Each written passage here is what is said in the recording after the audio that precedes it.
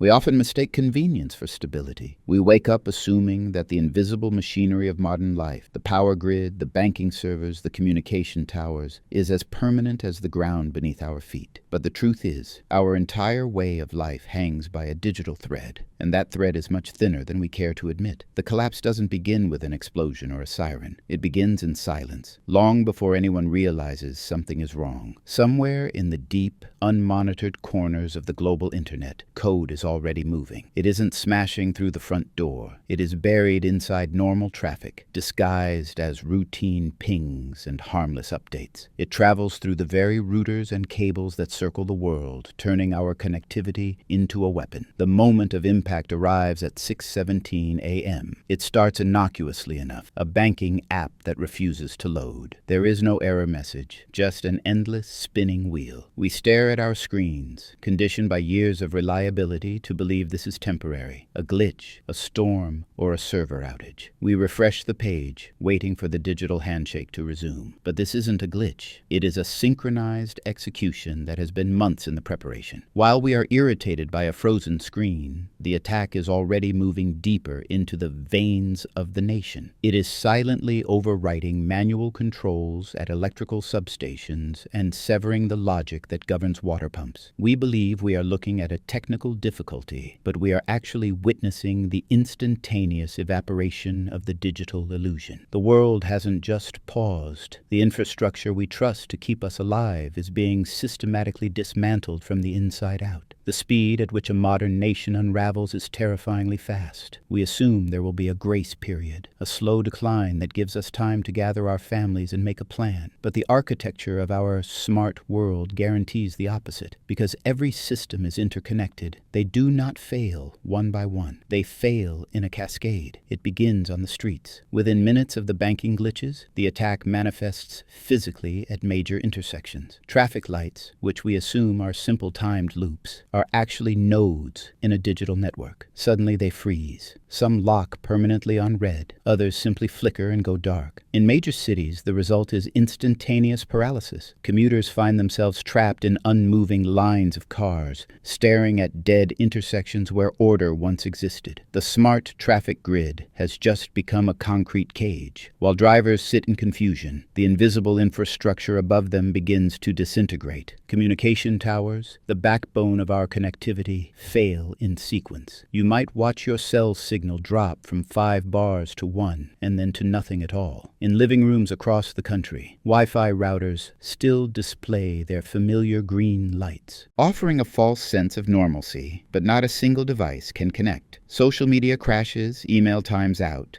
and news websites refuse to load. This is the smart trap. We have built a society where information is our primary comfort. When we are confused, we refresh our screens. We look for the official statement. But in these first few hours, people refresh their screens again and again, believing it must be a temporary storm or a server outage. They are waiting for a digital explanation that will never come. The attack moves deeper, striking the systems that keep us physically alive. We tend to think of power and water as heavy, mechanical industries, turbines spinning, water rushing through pipes. But today, those industries are governed by delicate software. The cyberattack targets these automated brains. Electrical substations fail without a single spark or explosion. They simply shut down because malicious software commands have overwritten the manual controls. Water treatment plants lose their automation. Pumps halt and pressure drops because the alert systems designed to warn engineers are running on the same compromised networks. Perhaps the most chilling realization of the first 6 hours is the silence of the safety net. Our instinct is to call for help, but emergency call centers are immediately overloaded with reports of power outages and stalled cars. Worse, the dispatchers themselves are blind. Their computer-aided dispatch systems freeze, and police radios, which are digital, fail to connect. Officers cannot receive location data, and they cannot coordinate a response. By the time the 6-hour mark hits, the smart city has turned against its inhabitants. Dispatchers can't answer, banks can't process money, and traffic lights can't direct cars. The public is stunned, caught between disbelief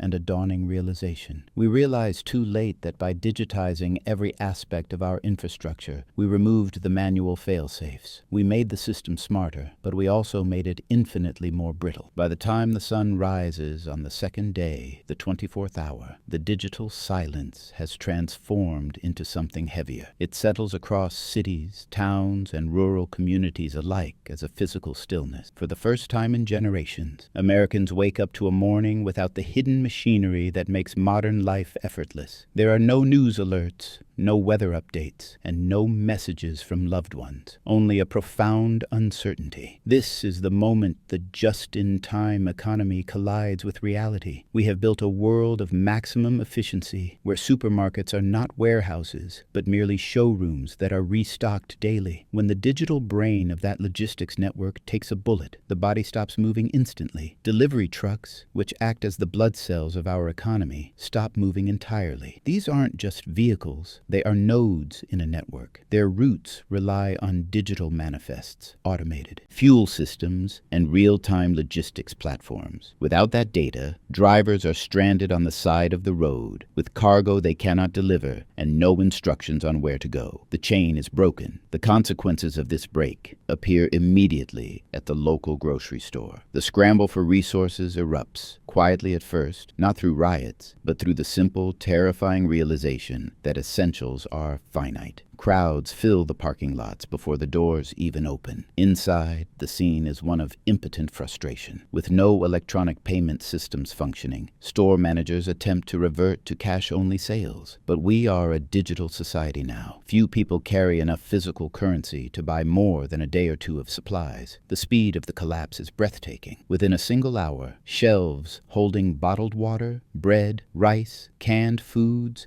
and baby formula are stripped bare. Lines form inside the aisles, then snake out the doors and into the parking lots. The realization hits every person in that line. If you didn't have it in your pantry yesterday, you aren't getting it today. The situation at gas stations is even more volatile. We forget that modern fuel pumps are not mechanical. They are computers. They rely on digital controls to dispense fuel and verify payments. Without those systems online, most stations cannot pump a single gallon, regardless of how much gas is in the underground tanks. The few older stations that still possess manual override pumps become magnets for desperation. Queues stretch for blocks. Arguments break out, not over full tanks, but over ounces. The difference between getting home or being stranded. But the most dangerous cliff isn't at the gas pump. It's at the pharmacy. This is where the fragility of the system becomes life-threatening. Insulin, antibiotics, and heart medications, items that require strict digital logging and verification, can no longer be tracked or legally dispensed in many automated systems. Refrigeration units that keep these medicines stable kick over to emergency generators, but fuel is limited and cannot be replenished because the delivery trucks aren't running. Pharmacists do their best to hand out essentials manually, but supplies evaporate faster than they can be organized. As the 24-hour mark passes, the psychology of the nation shifts. The confusion of the first day turns into fear. We are no longer dealing with a series of strange glitches. We are confronting a full-scale technological paralysis. The looting begins in pockets, a pharmacy window broken, a hardware store forced open, usually where desperation hits first. Yet, interestingly, this is also where the true divide opens up. It isn't just about who has the most money, because money is currently useless. It's about preparation. Families who formed small networks, neighbors knocking on doors to share flashlights or water, begin to stabilize. It becomes clear that survival in these first 24 hours depends less on what a household owns and more on whom it trusts. But day one is only the beginning. The harder hours are still to come. If the first day was defined by confusion, the second day is defined by a cold, hard realization. By the second morning, the crisis stops feeling temporary. Most Americans can handle 24 hours without power. We treat it like a stormy night or a camping trip.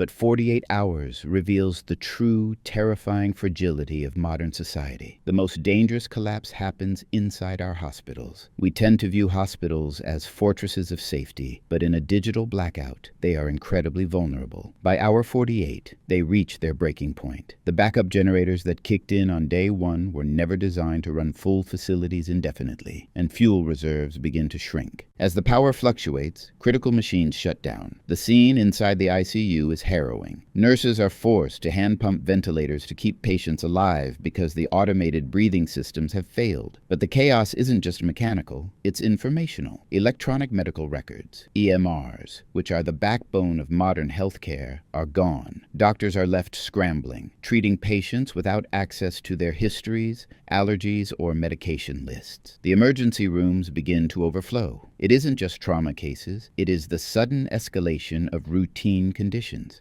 Asthma attacks, diabetic crashes, and blood pressure spikes, conditions easily managed with modern logistics, become life-threatening events. Without functioning sanitation systems, sterile procedure breaks down, and the hospital environment itself becomes a source of danger. Outside the hospital walls, a quieter but deadlier threat emerges: water. We assume water is purely mechanical, gravity and pipes, but modern water treatment plants are paralyzed by digital failure. They fail to maintain chemical balancing, and the first signs of contamination appear. Local authorities might try to issue boil water advisories, but in homes without power or gas, boiling water becomes an impossibility. For millions, clean drinking water suddenly transitions from a utility to a luxury. The government's response, while determined, reveals the extent of the paralysis. Federal agencies attempt to coordinate, but even our most robust institutions rely on the very digital systems that are now compromised. Emergency operations centers are forced to revert to old analog radios, satellite phones, and handwritten directives. These tools, once kept as dusty backups, are now the only lifelines available. Even the National Guard, often seen as the ultimate cavalry, finds its mobility hindered by fuel shortages and electronic logistics failures. In this vacuum of official information, psychological stress becomes its own enemy. Rumors fill the void. Some communities believe the blackout is just local. Others are convinced it is a global war. The lack of verified news drives people into fear and speculation. By the end of day 2, the social contract begins to fray. With ATMs dead and banks inaccessible, cash briefly becomes king, until even cash loses its meaning. The economy reverts to its oldest form, bartering. Batteries, clean water, gasoline, and medicine become more valuable than any stack of $100 bills. Strangers look at each other with a new calculation, not necessarily hostility, but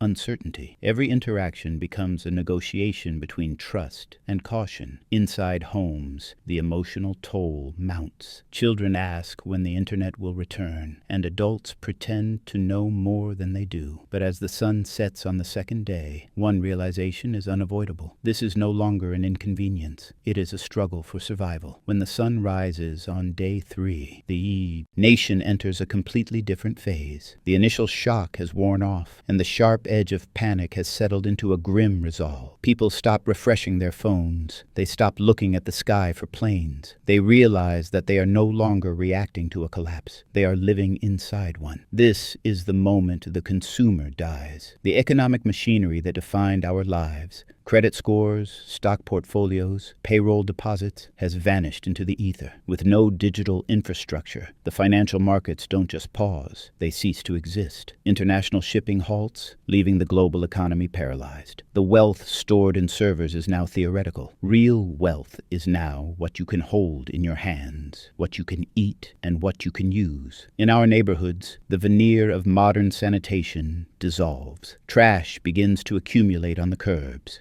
Without refrigeration, the food in every home, restaurant, and grocery store begins to spoil, accelerating the desperation for fresh supplies. But amidst this decay, something remarkable happens. The vacuum left by the federal government is filled by the only thing left: the community. What began as panic shifts into local governance. We see the emergence of spontaneous organization. Neighbors who never spoke now form watch groups to deter theft and assist the vulnerable. Apartment lobbies become command centers. centers, schools convert into community hubs, and fire stations transform into water distribution points. The survivor mindset takes over. Those who prepared, the families with water filters, ham radios, and manual tools, suddenly find themselves as the anchors of their streets. They aren't wealthy in dollars, but they are rich in capability. We learn a universal truth on this third morning. Societies do not simply collapse all at once. They reorganize. They bend, they fray, but human resilience pushes back against the darkness. We stop waiting for the world to go back to normal, and we start building the new reality right where we stand. If there is one lesson to take away from this scenario, it is that the road back to normal is longer than we think. We expect a reboot, a quick patch, and a return to comfort. But the reality is that rebuilding a digital infrastructure after a coordinated attack is not a matter of hours or days. It may take months. Every corrupted system must be cleaned, isolated, and replaced. Power grids must be manually reset, and financial databases restored from cold storage. During that long, quiet gap, your smartphone is nothing more than a paperweight. The only things that will function are the things you can touch, the tools you can hold, and the skills you carry in your hands. This brings us to a hard truth. Survival in a cyber war begins long before the attack itself. It doesn't rely on the cloud. It relies on non-digital skills, the kind our fathers and grandfathers considered standard. It is about navigation without GPS, first aid without a Aishe, Google search, manual tool use, and water purification. It is the ability to coordinate face-to-face without technology. True insurance isn't a policy you buy. It is preparedness. It is food storage, water planning, backup lighting, and offline communication tools. But more than the gear, it is the mindset, the ability to stay calm when the familiar world suddenly rewrites itself. As the scenario ends, the nation stands at a crossroads. We can either remain vulnerable to the next digital strike, or we can adapt. We must realize that convenience has made us soft,